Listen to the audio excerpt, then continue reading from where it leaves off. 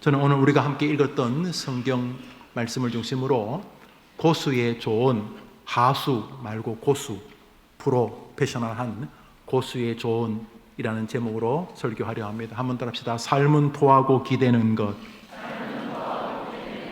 여러분들 읽어봅시다. 고수의 좋은. 시작. 내가 했으면 뒷부분 하셔야지. 제가 앞에 하면 여러분 뒷부분. 고수의 좋은. 그러니까 고수는 삶은 토하고 기대는 건데, 안 토하고 기대기는 뭐 무소의 뿔처럼 혼자 가겠다 그러는 것은 하수라는 거죠. 이 고수는 하나님이 인정해서 성경의 기록자가 되게 하셨습니다. 하나님이 맞다는 것입니다. 자식 인생을 제대로 사네, 이런 말입니다. 한 번 더 하겠습니다. 고수의 좋은. 이 사람은 프로 바둑의 고수나 골프의 고수가 아닙니다. 이 사람은 인생에 누구나 맞게 되는 고난과 공경, 황당하고 억울하고 어쩔 줄 몰라 할 난처한 상황을 극복하는 일의 고수입니다. 누구나 이런 일을 겪지 않을 수 없습니다. 배우자의 죽음, 자녀의 죽음, 부모의 돌아가심, 경제적인 어려움, 믿었던 사람에게 뒤통수를 맞는 사기당함, 질병, 자녀의 어려움, 인생에는 많은 고난이 있습니다. 누구도 예외가 없습니다. 스스로 극단적인 결정을 하는 사람들이 겪는 일을 산 사람이라고 안 겪은 게 아닙니다. 다 하루도 몇 번씩 죽어버릴까 싶은 사춘기가 있었고, 결혼을 해서 너무나 큰 가족 부양이란 짐을 지고 사는 이 시대의 모든 아버지들이 하루에도 몇 번씩 사표를 낼까 말까 하는 고난이 있습니다. 아이를 가지고 잉태하고 그 아이를 키우고, 갑자기 뱃속에서 아이가 자라면서 오장육부가 다 뒤틀리고, 오장육부가 아프고 몸이 불편한 건 떠나서 내 아이에게 내 몸에 생명이 있다는 것 때문에 여성들이 가지고 있는 엄마 되어져 감, 뱃속에서 아이를 가지고 있을 때부터 출산과 그 아이를 키워내면서 아이와 영혼이 붙어 있구나, 이 아이와 내가 생명이 붙어 있구나를 깨닫는 어미 되어져 감도 사실은 만만치 않은 고난의 여정인 것입니다. 누구나 다 겪는 질병과 마지막 임종이라는 죽음도 고난과는 반대되는 일이 아니지 않습니까? 어떤 사람은 그런 고난에 지쳐서 넘어지고 이기지를 못하고, 어떤 사람은 고난을 승리의 길로 인도하여 이기게 되는 것입니다. 오늘 이 사람은 우리가 다 겪고 있고 겪게 될 고난을 다루는데 탁월한 고수였습니다. 하나님은 이 사람을 우리에게 말하고 싶으신 게 분명합니다. 한 번뿐인 생에 왜 그렇게 찌질하게 사냐, 이 사람 봐라 하고 지금 말씀하고 싶어 하시는 것이라는 것입니다. 오늘 함께 말씀을 상고하면서 우리에게도 그런 은혜가 있게 되기를 바랍니다. 이 고수는 놀랍게도 그의 처세술이 아주 단순했습니다. 그의 고수의 첫 번째 걸음은 이것입니다. 한번 따라하시다. 아프면 아프다고 해라. 여러분 해봅시다. 시작. 더 크게. 시작. 안 아픈 척, 나는 마치 대단한 사람인 척, 목사가 뭐 이런 거, 아이고 내가 장로인데 뭐 이런 걸 그러지 말고, 하수들아 그러지 말고, 사춘기 죽을까 말까 입 꼭 다물고 있다가 팍 뛰어내리지 말고, 아프면 아파요, 지금 나 진짜 죽겠거든요 하라는 것입니다. 이 사람은 인생의 어려움이 다가오면은 할 수 있어, I can do it 하면 된다, 뭐 이렇게 마인드 컨트롤하는 이런 수준이 아닙니다. 이 사람은 인생의 고난이 다가오면 일단 죽겠다고 합니다. 진짜 힘드네요. 아파 죽겠어요. 못 견디겠어요. 괴로워요. 좀 해봐요 좀. 이렇게 이 사람은 아프다고 외친 것입니다. 우리 시편 62편 1절부터 몇 절 읽습니다. 시작. 나의 영혼이 하나님만 바라며 오직 그만이 나의 반석이시요 나의 구원이시요 나의 요새이시니 사람을 죽이려고 너희가 일제히 공격하기를 언제까지 하려냐. 저자가 힘든 게 분명합니다. 저거 뭐 하나님만 바란다, 그분이 나의 반석이다, 요새다, 이거 전부 다 얻어 터질 때 피하는 이름 아닙니까? 반석, 요새는 하도 때리니까 지금 피하는 걸 말하는 것입니다. 적들이 나를 공격하는데 이 공격이 도대체 언제 끝나겠느냐 지금 이라고 말하고 있는 것을 볼 때 이 사람은 지금 힘들다고 말하고 있는 것이 분명합니다. 이 사람은 지금 아픈 걸 아프다고 말하고 있는 것입니다. 그래서 저 구절이 뭡니까? 나는 지금 피난처가 필요합니다. 그래. 별것 아니야. 시간만 지나면 또 해결돼. 이러지 않고 저 사람은 난 지금 피해야 됩니다. 이렇게 말하고 있는, 적들이 나를 도대체 언제까지 이렇게 공격할 것입니까? 이러면서 이 사람은 아프다고, 말은 멋있는 말인데 저 말은 힘들다는 말입니다. 저자는 분명히 힘들다고 고백합니다. 우리가 읽었던 성경 본문입니다. 오늘 설교 본문 8절입니다. 시작.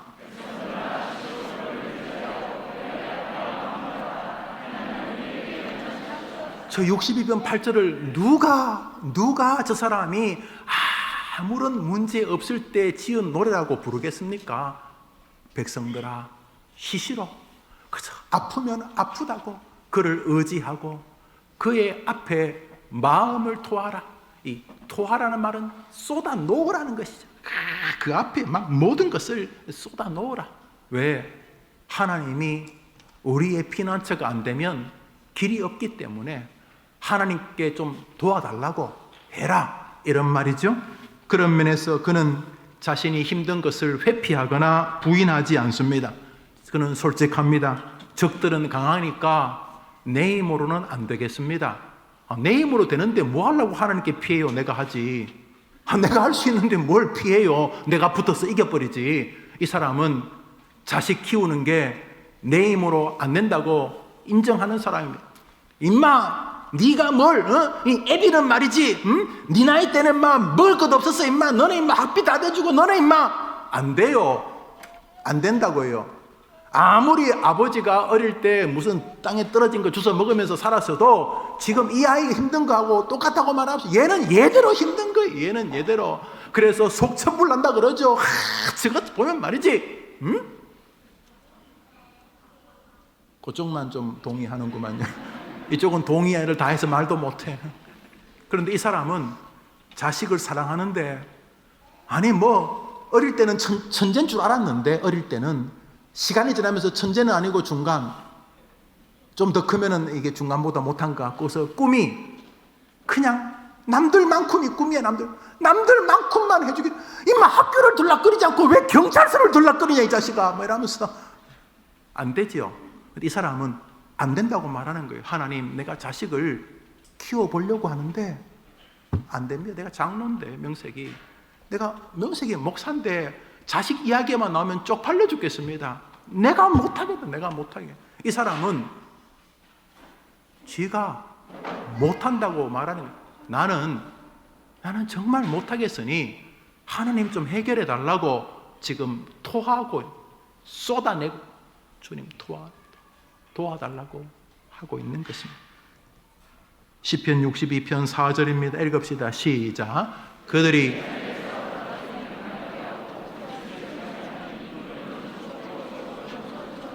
이 사람은 적들이 얼마나 자기를 괴롭히는지 정확하게 말합니다. 하나님, 저들이 뭐 말은 그럴듯한데 말 속에 가시가 있고 그럴듯한데 다 거짓말이고, 입으로는 나를 축복하는 것 같은데 입속에는 어마어마한 화살과 독이 묻은 칼날이 있습니다. 하나님, 이렇게 지금 그는 외치고 있습니다. 그는 자기 인생이 흔들리고 땅이 흔들리고 산이 요동하고 바다가 흔들린다고 지금 인정하고 있는 것입니다. 그는 지금 내가 겪고 있는 문은 내 문제고 내 가정의 문제고 내 부모와 형제와 자녀의 문제라고 말하고 있는 것입니다. 나는 지금 앞길이 불투명하고 현재도 불투명하다고, 아프다고 지금 외치고 있는 것입니다. 고수의 첫 번째 특징은 아프면 아프다고 하는 것입니다. 태국에서 한 해에 놀랍게도 뱀에게 물려 죽는 사람이 약 5,000명에 육박한답니다. 좀 믿어지지가 않습니다. 50명도 많은데 뱀에게 물려 죽는 사람이 1년에 약 5,000명 가까이 된다고 합니다. 그래서 하도 뱀이 문제가 되어서 세계에서 2개밖에 없는 뱀 세계적 연구소가 브라질과 이 태국에 있다고 합니다. 그리고 세계에서 거의 모든 뱀 해독제는 태국이 원조, 태국산이라고 이야기하는 것을 들었습니다. 그런데 태국에서 사람이 1년에 수천 명씩 뱀에게 물려 죽는데 그 중에서 가장 많은 인명사고가 나는 뱀은 태국 코브라라고 합니다. 그래서 제가 물어봤습니다. 그 뱀이 제일 독이 많습니까? 아닙니다. 코브라보다 10배나 독이 더 많은 뱀들도 많습니다. 그런데 왜 태국 사람들은 태국 코브라에 물려서 그렇게 많이 수천 명씩 죽습니까? 그것은 물렸는데 증상이 없기 때문이라는 것입니다. 심지어 밭에서 이렇게 일하다가 잠시 쉬는 줄 알았는데 자다가 병원에 실려가 죽는다는 것입니다. 자는 동안 독이 퍼지는데 뱀에게 물리면, 다른 뱀에게 물리면 통증이 있고 붓기도 하고 뭐 그런데요. 그런데 태국 코브라에게 물리면 그냥 뭐 따끔하고 치워서 일하다가 물린지도 모른다는 거예요. 물린지도 몰라서 하다가 15분쯤 지나면 졸음이 온답니다. 졸음이. 그럼 졸음이 오니까 일하다가 뭐 태국에서 쌀을 1년에 3번씩 4번씩 거두는 나라 아닙니까? 그 뭐 벼베다가 잠시 이렇게 쉬다가 죽는다는 것이죠. 이렇게 물려가지고 붓고 호흡이 차고 그러면 나 죽는다! 그러면 세계에서 2개밖에 없는 세계 최고의 뱀 연구소가 자기 나라에 있고 세계 거의 모든 뱀 해독제가 태국산인데 거기서 죽는 이유가 증상이 없기 때문에 죽어간다고 외치지를 않아서라는 것입니다. 다른 뱀에게 물리면 얼른 붓고 막 이래가지고 막 호들갑을 떨어서 병원에 싣고 가고 그러는데 이 뱀은 자다가 죽는데 아프지 않는 게 문제고, 정확히 말하면 아프다고 외치지 않는 게 중요한 것입니다. 췌장에 병이 생기면 비슷한 증상이 있다고 합니다. 팔이나 다리가 부러지면 훨씬 더 아픕니다. 그러나 팔다리가 부러져서 죽는 사람 수보다 췌장암 말기에 췌장을 발견해 준 사람이 몇 배나 더 많습니다. 아픈 건 팔 부러진 게 더 아픈데 죽는 건 췌장암으로 더 많이 죽는 이유가, 췌장암이라고 하는 것은 아프지를 않는다. 뭔가 많이 아플 때 뭐 허리가 좀 베개고 뭐 좀 이상하다 하면 이게 뭐 어떻게 할 수가 없는 수준인, 아프면 좋을 때 아프면 팔다리가 부러진 것처럼 아프면 아야 소리라도 지르면 엄마나 아빠나 아들이나 딸이나 손자 손녀가 싣고 병원에 가면은 어떻게라도 살릴 텐데 아프다고 안 하니까 죽는 것입니다. 오늘 이 고수는 인생에 어려움이 오면 일단 아픈 것을 인정합니다. 나 대단한 사람이야, 뭐 이거 별것 아니야, 이렇게 하수처럼 하지 않고 그는 아프다고 하는 것입니다.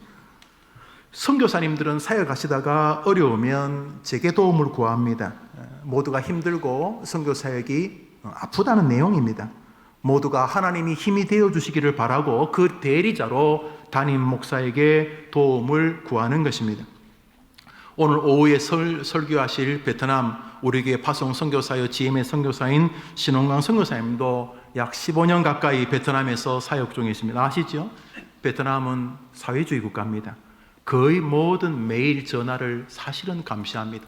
사업하시는 분들 또는 뭐 골프 치러 가시는 분들 아무것도 아닌 것 같지만은 사회주의 국가인 것이 틀림없고 예리하게 관찰하고 있습니다.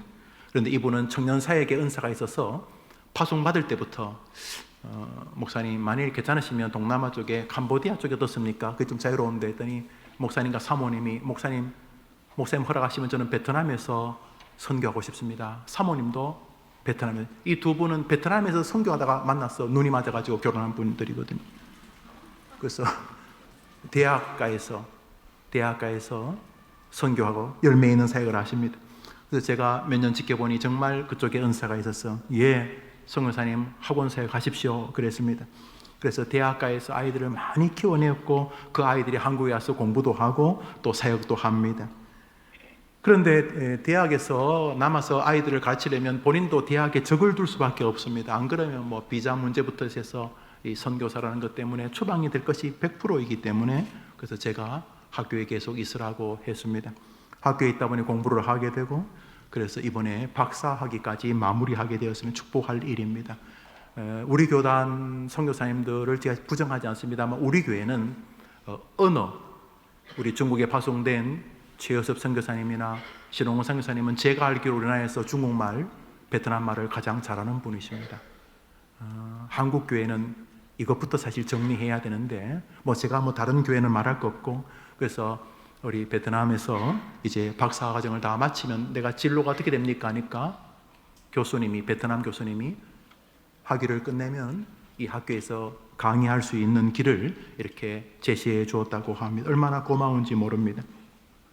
내년 2월이면 박사학위 디펜스도 다 끝나고 학위를 받게 되는데 문제는 학비 1,500만 원 정도가 필요한 것입니다. 3분의 1은 제가 본인이 감당하라고 했고, 그래서 한 1,000여만 원은 우리가 같이 동력해 주어야 될 필요가 있습니다. 사실은 베트남어가 거의 완벽한 선교사님들이 몇 분 안 됩니다. 중국도 마찬가지고 아프리카도 마찬가지고 여기서부터 문제가 발생하는데 우리 교회는 누가 아무래도 바르게 선교하고 또 생각을 합니다. 선교를 사랑하고 특별히 베트남을 사랑하시는 분들이 우리 선교사님의 사역을 동력하신다면 목적금을 동참해 주시기를 바랍니다. 동시에 아프리카 코트디부아르에 고등학교를 세운 우리 교회 곽기종 선교사님이 계십니다. 이분이 세운 초등학교와 중학교는 이미 그 아프리카에서 최고 명문학교가 되었습니다. 그래서 이번에 고등학교, 희망고등학교를 설립했습니다. 참 기쁜 일입니다. 그런데 이 코트디부아르, 옛날에 아이보리 코스트라고 불렀던 이 아프리카에서는 학교를 세워서 5년 동안 이 학교가 정상화되어지면 5년 뒤부터는 정부에서 교사들의 월급을 줍니다. 그러므로 5년 동안은 선교사님이 이 학교를 운영해야 합니다. 선교사님이 우리 교회에 도움을 요청하셨습니다. 그래서 우리 교회에서는 일단 한 분 정도의 교사 월급을 5년간 지불하려고 합니다. 지정부에서 말씀하신 거 보니까 한 분 성도님이 약 1년치의 월급에 해당하는 선교 비용을 이미 지불하셨다고 들었습니다. 한 달 월급이 약 400불, 우리나라 돈 한 50만 원, 60만 원 정도 된다고 합니다. 아프리카를 사랑하고 선교사를 사랑하시는 분들, 여러분이 드리는 헌금이 아프리카 아이들이 예수를 믿는 고등학교를 지원하게 되니 여러분도 이 마음에 동참하고 싶은 마음이 있다면 동력해 주시기를 바랍니다.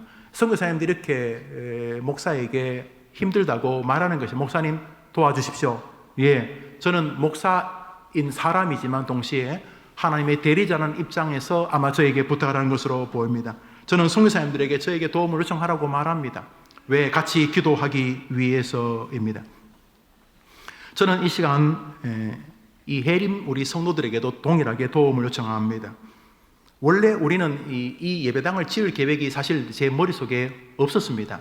저는 성내동 예배당에서 거기서 열심히 목회하고 은퇴할 생각이었고, 할 수만 있다면 제 마음에 북한 선교와 어린이 사역, 그리고 노인들을 위해서 노인병원 혹은 요양시설을 세우고 싶었어요. 왜냐하면 어떻게 교회가 건강할 때는 교인이고 80, 90 나이가 들어서 거동이 어려우면 이름도 모르는 요양시설이나 병원에 가야 되는가? 몸이 약해도 이 교회에서 김용호 목사의 기도와 성도들의 사랑 안에서 그렇게 같이 서로 간호하고 간병하다가 하늘에 가야 되는 것 아닌가? 이런 마음이 커서 제가 하나님께, 하나님, 노인들과 함께 목회할 수 있도록 노인시설 혹은 노인요양병원을 달라고 기도했습니다. 그래서 하나님께 땅을 주셨는데 땅을 구입하자마자 온갖 법들이 어려움을 제공했습니다. 놀라울이 많지. 땅 살 때까지는 가만히 계시던 하나님이 병원을 지으려고 하니까 모든 것을 막으셨습니다. 그래서 땅을 사놓고 기도 중에 어떤 스님을 만나게 되었습니다. 스님 알죠? 마하바냐 그 스님이 만나서 단도직입적으로 우리 절터가 있는데 절터를 사서 교회당을 지어라. 이렇게 믿음이 좋은 스님이 그래서 원로 목사님 살아계실 때 그 스님을 만났습니다. 스님이 아주 아싸한 분인데 길게 말하지 말고 그렇게 하시라고. 안 그러면 그냥 조계종에 넘겨버리겠다고 막 그래서 교회 안 지으면 다시 절 짓겠다 이런 말이겠죠. 그런데 원로 목사님이나 제가 볼 때 너무 좋아서 이게 하나님 뜻이면 이루어 주시고 아니면 했는데 만난 지 며칠 만에 그냥 계약이 돼버린 것입니다. 그리고 하고 예배당을 지어버렸습니다. 어느 교회? 이 교회, 해림교회. 우리가 절터 위에 있습니다. 절터 위에.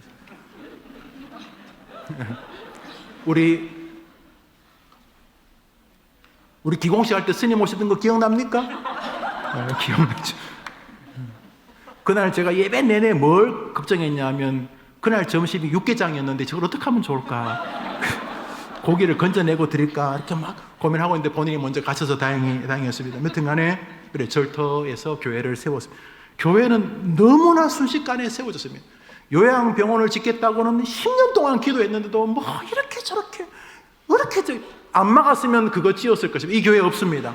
거기다 우리의 온 힘을 다해서 우리 교회 장로님도 우리 교회 의사분들 모여가지고 계속 하고 또 뭐 전문가들 도움 하나님 계속 막으셨습니다. 예배당을 이렇게 너무 쉽게 쉬운 건 아니지만 지어졌습니다.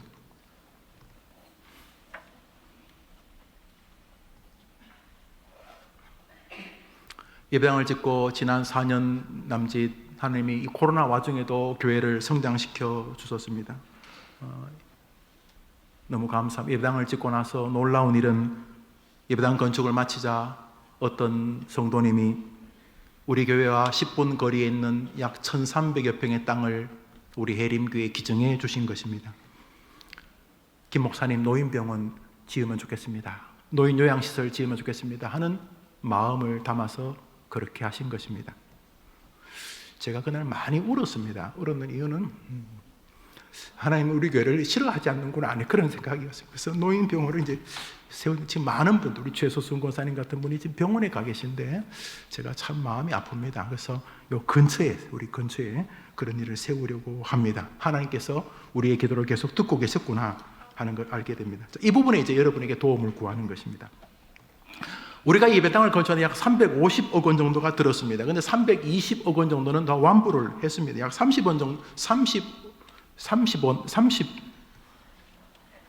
원 정도의 순수 건축비가 남아 있습니다. 현재로라면 약 3년 정도면 여러분이 헌금을 하나도 안 해도 3년 정도면 그 순수 건축비는 다 아마 마감을 하게 될 것입니다. 그런데 지금 우리 신원강 선교사님이나 그 외에 많은 선교사님들이 우리 해림교회에 손을 내밉니다. 당신들이 하나님의 대리자 아닙니까? 당신들이 우리를 파송했으면 책임져야 됩니까? 마땅합니다.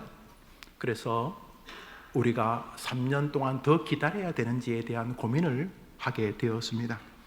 여러분이 건축원금을 지금부터 1원도 안 하셔도 우리 교회 경상비로 3년이면 그 비용을 다 완불할 수 있습니다. 그러나 하나님께서 그것을 기뻐하시겠는가 하는 것입니다. 그래서 저는 오늘 여러분에게 부탁한 건 첫 번째로 건축헌금, 우리가 비전헌금이라고 말하죠. 그것을 하겠다고 작정하신 분들이 계십니다. 그러나 이런저런 이유로 아직 교회에다 그것을 완불하지 못하신 분들은 많이 어려우시겠지만 또 약속이기도 하고 또 그 약속을 믿고 우리가 예배당을 지었으니까 건축헌금을 작정하신 분들은 여러분이 잘 마무리해 주시기를 부탁을 드립니다. 두 번째로 저는 이 예배당을 짓는데 이전 과거 교회 성도들의 헌신을 정말 감사합니다. 그러나 지난 4년 가까이 이 교회에 새로 온 교인들 가운데 아직 예배당 건축이 완불되지 않았구나, 그럼 나도 좀 동참하면 좋겠다 하시는 분들이 계신다면 첫째로 가족들이 모여서 상의를 하고 남편과 아내와 아이들까지 다 동의가 되면은 우리 교회 비전헌금이라고 하는 헌금에 여러분이 동참해 주시기를 바라는 것입니다. 그래서 저는 내년 정도면 건축에 관련된 모든 것을 완전하게 정리할 수 있는 기회를 하나님이 주시도록 기도해 왔기 때문에 여러분들이 힘을 내어 주시되 하나님의 은혜를 믿고 선한 마음으로 동참해 주시기를 부탁하는 것입니다. 비전헌금이라는 것은 우리가 약 6,000평인데 한 성도가 한 평 정도씩 헌금하자 이런 것입니다. 그래서 단순 계약으로 단순 수식으로 약 5,400명이 한 평씩 헌금을 한 것입니다. 물론 헌금한 수는 그보다 좀 적습니다. 왜냐하면 우리 장로님들이 20평, 10평 또 여러 평씩 다른 성도들의 몫을 부담해 주셨고 그 외에 많은 성도님들이 형편에 따라서 다른 사람들의 몫을 조금 더 져 주셨기 때문입니다. 그럼 우리 한 2,000여 명의 성도님들이 이 예배당을 세웠습니다. 우리 성도님들 가운데 기회가 있으니 여러분들도 동참해 주시기를 부탁하고, 좋습니다. 어떻게 하면 됩니까? 그러면 교역자나 우리 장로님들이나 혹은 안내위원들에게 비전 헌금에 대해서 설명해 주십시오라든지 서류를 줘보십시오 하시면 됩니다. 재정적으로 어렵다면 오늘 설교를 듣고 기도해 주시면 됩니다. 함께 해 주시기를 바랍니다. 우리 교회는 예배당을 짓는 도중에도 주일학교를 위한 투자와 통일을 위한 투자와 복음 통일 소망부를 위한 투자와 정상적으로 선교하시는 선교사님에게 단 1원도 선교비를 중단한 적이 없습니다. 앞으로도 그렇지 않을 것입니다.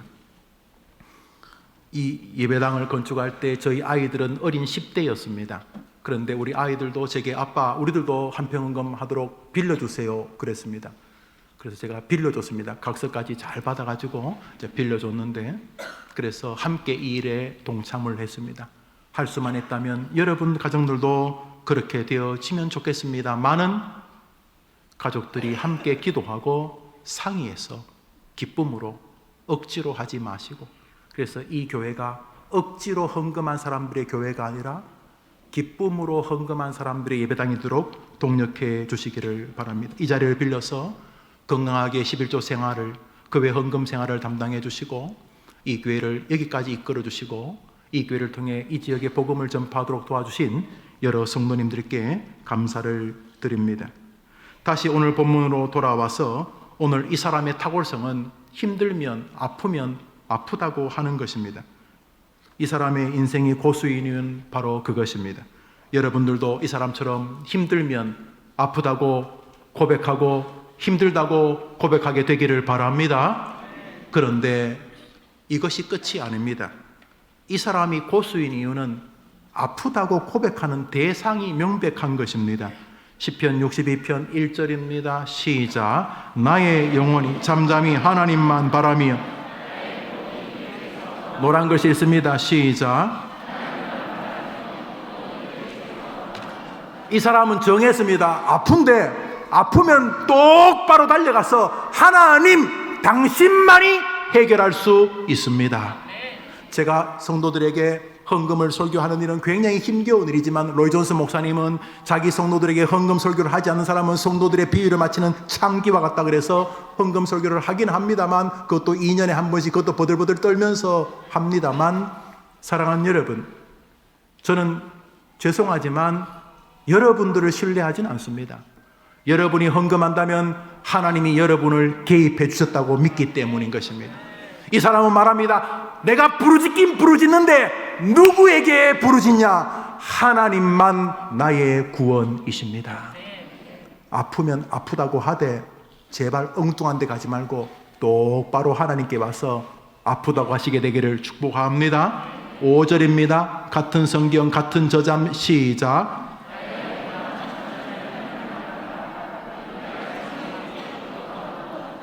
몇 절 되지도 않는 시편에서 계속 반복하는 말은 하나님만 바라라, 하나님만 바라라, 하나님만.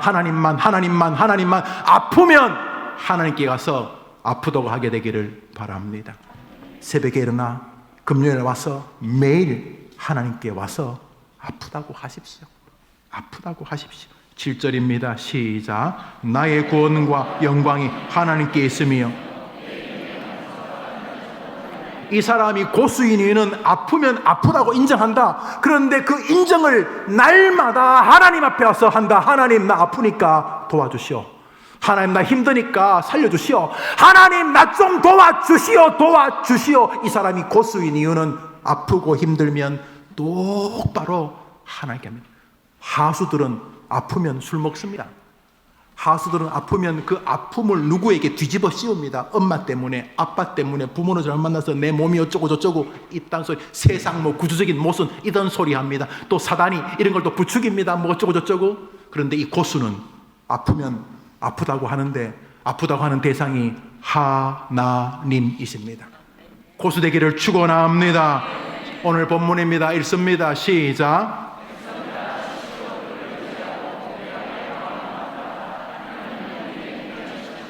하나님만이 우리의 피난처인 줄 믿으면 아멘 해보십시오. 한번 따라 합시다. 하나님에게는 길이 있다. 여러분 시작. 제발 끝났다는 말 좀 하지 마세요. 목사님 끝이에요. 무슨 개뿔이 끝나긴 뭘 끝나요. 하나님 계시면 뒤집어질 수 있는 줄 믿습니다.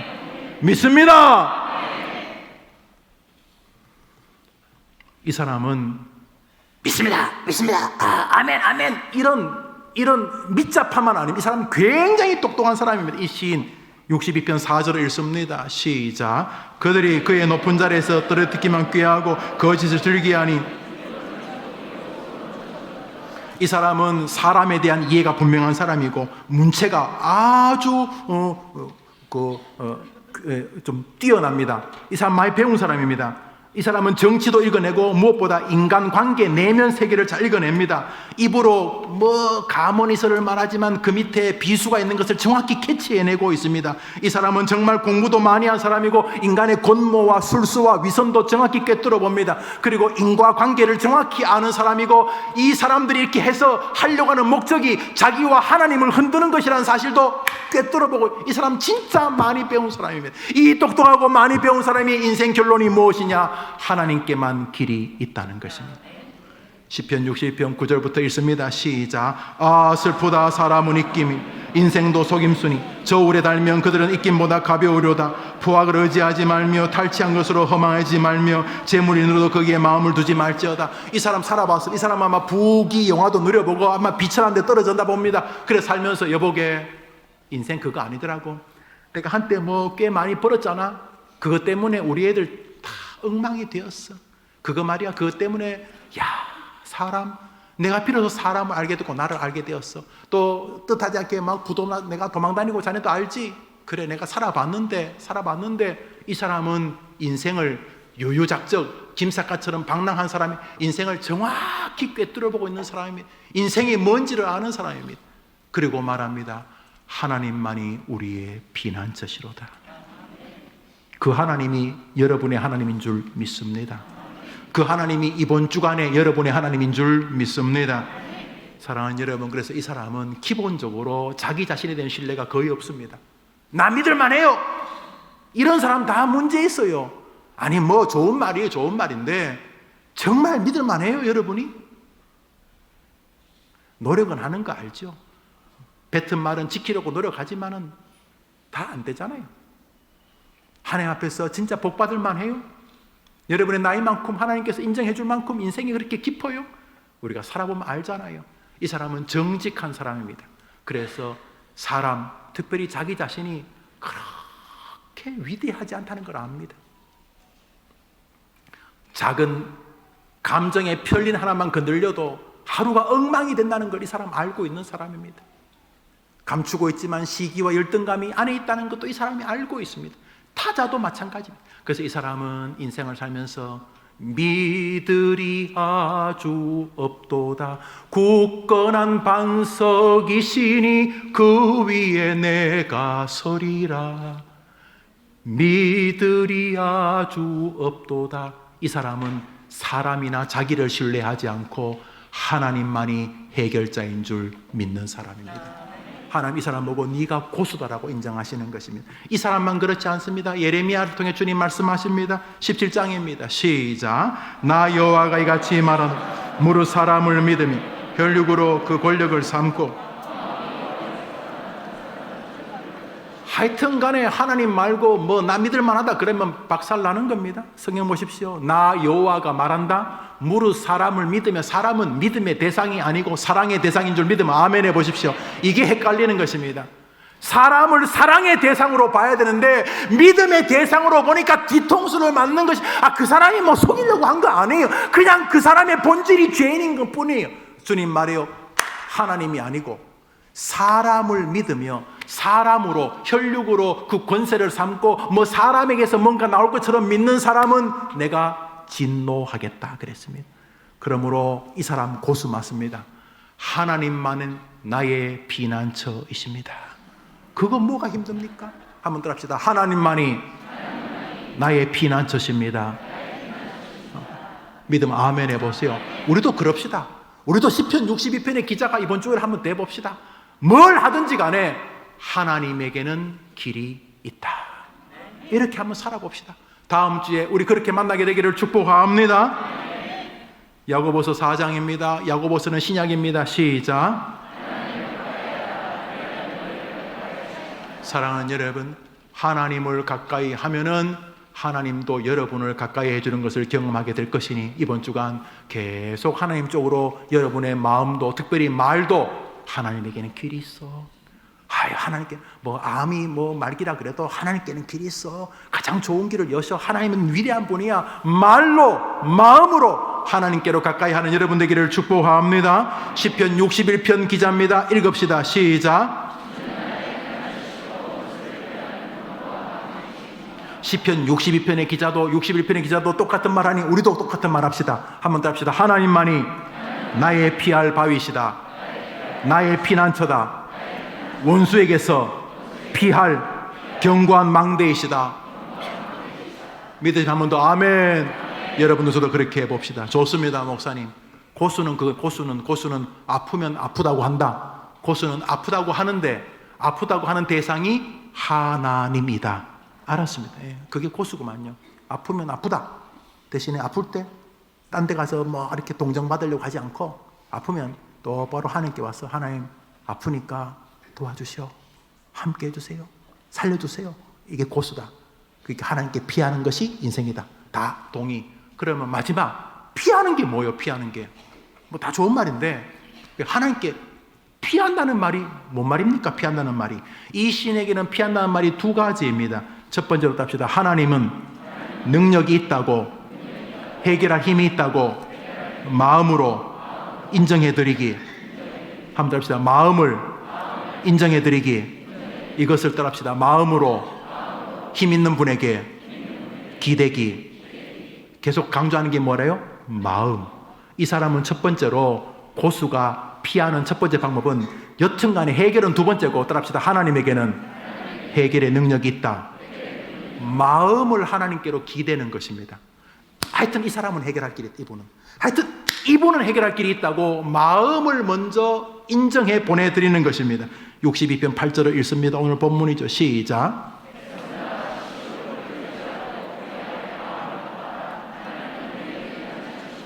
마음으로 그분을 의지하는 게 이 사람이 피하는 첫 번째 전술이었습니다. 한번 따라합시다. 하나님에게는 어떠한 상황에서도 나를 구원할 힘이 있다. 6절부터 8절까지 읽습니다. 시작.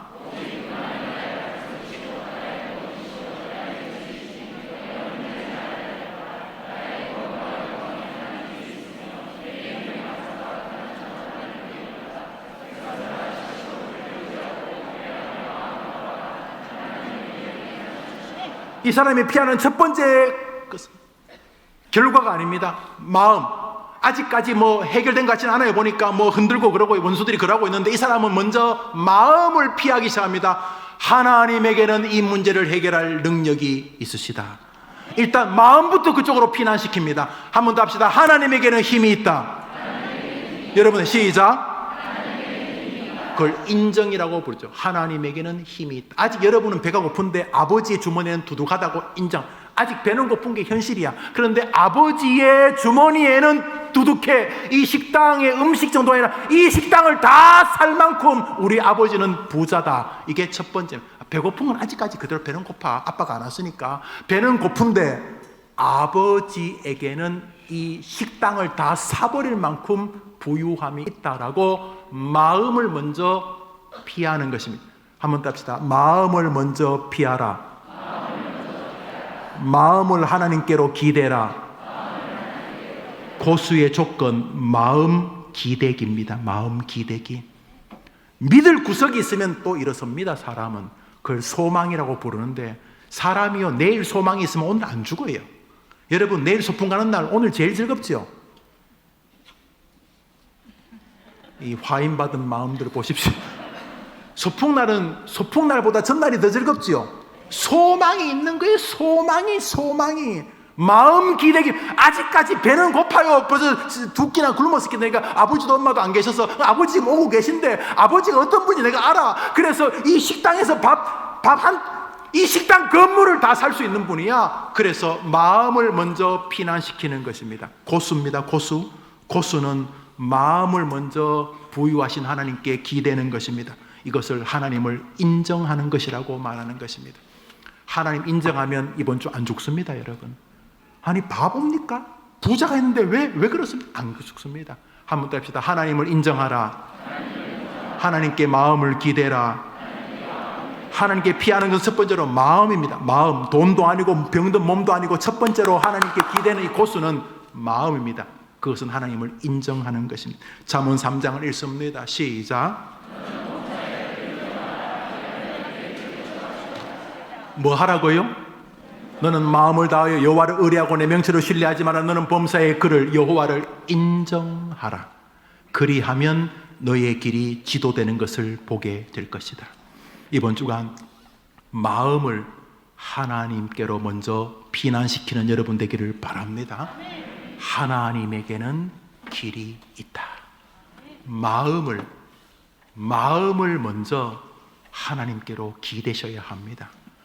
병은 병대로 두고, 없는 돈은 없는 돈대로 두고, 감옥 들락달락거리는 자식은 아프지만 그대로 두고, 하나님에게는 해결할 길이 있다라고 하나님을 인정하는 마음을 먼저 피난시키는 여러분 되기를 축복합니다. 이 고수는 마음을 먼저 기대었습니다. 마음을 하나님에게는 길이 있다. 하나님을 인정하는 것이었습니다. 두 번째로 이 고수가 피하는 것은 토하기였습니다. 너는 시시로 그를 의지하고 그의 앞에 마음을 토하라. 하나님은 우리의 피난처시로다. 토한다라는 이 샤파크라는 히브리어는 쏟아붓는 것을 말하는 것입니다. 하나님 앞에, 자, 내가 하나님께 마음을 기대지 않습니까? 그러니 하나님이 개입해 달라고 마음을 기댄 것을 하나님 앞에 쏟아놓고 고백하는 행위입니다. 이것을 뭐라고 부르죠? 기도. 뭐라고 부른다고요? 기도해야 하나님이 도와주십니까? 마음 보냈는데 이러면 하나님에게 물어보십시오. 저도 굉장히 많은 의문을 가졌습니다. 하나님께 마음 기대면 됐지, 다 하시는 분이 뭘 또 기도까지 하라고 그러시냐? 왜 예수님이 땅에서 쉬지 않고 기도하셨을까요? 왜 바울은 우리 보고 쉬지 말고 기도하라고 했어요? 왜 다니엘은 조세의 의인이 지킨 걸 알고도 하는 게 기도했을까요? 왜 믿음의 사람들은 다 기도의 사람일까요?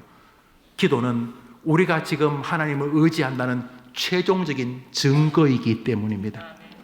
뒤집어 씌우지 말고 위선적으로 설명하려고 하지도 마십시오. 여러분이 하나님을 하나님으로 인정하는 가장 대표적인 행위가 마음을 토하는 기도인 것입니다. 그래서 이 사람은 이 모든 것을 기도로 하나님께 토합니다. 예레미야서 33장입니다. 읽읍시다. 시작. 내게 응답하겠고. 우리 가운데 누가 하나님 뭐 다 하시는 분이 뭐 부르짖으라 그러세요? 모르세요? 뭐 이중 삼중 힘들게 하세요. 그냥 알아서 다 처리하세요. 금방지게 말할 사람이 없습니다. 기도하지 않아서 얻지 못한 것은 여러분의 책임입니다. 그러므로 이 시인은 우리에게 진리를 보여주고 있습니다. 아프면 아프다고 해라. 대신에 대상은 나 하나님이다.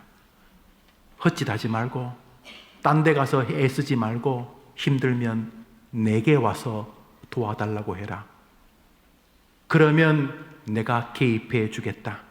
그런데 내게 피하고 도와달라고 하는 방식은 먼저 나의 존귀와 능력을 믿어라.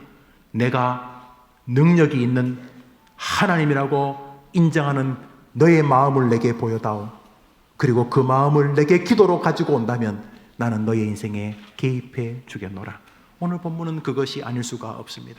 예수님도 이 말씀을 동의하셨습니다. 예수님의 말씀입니다. 마태복음 7장입니다. 시작. 구하라.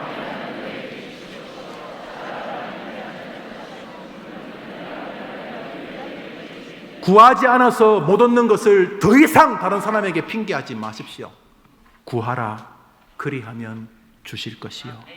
이번 주간 마음을 하나님께 피난시키고 여러분의 마음을 기도로 토하면서 시편 기자의 발걸음에 여러분의 발을 포개는 동안 시편 기자를 인정하셨던 하나님이 여러분을 인정해 주시는 것을 경험하는 영혼이 미소 짓는 한 주 되기를 주의 이름으로 축원합니다. 축원합니다.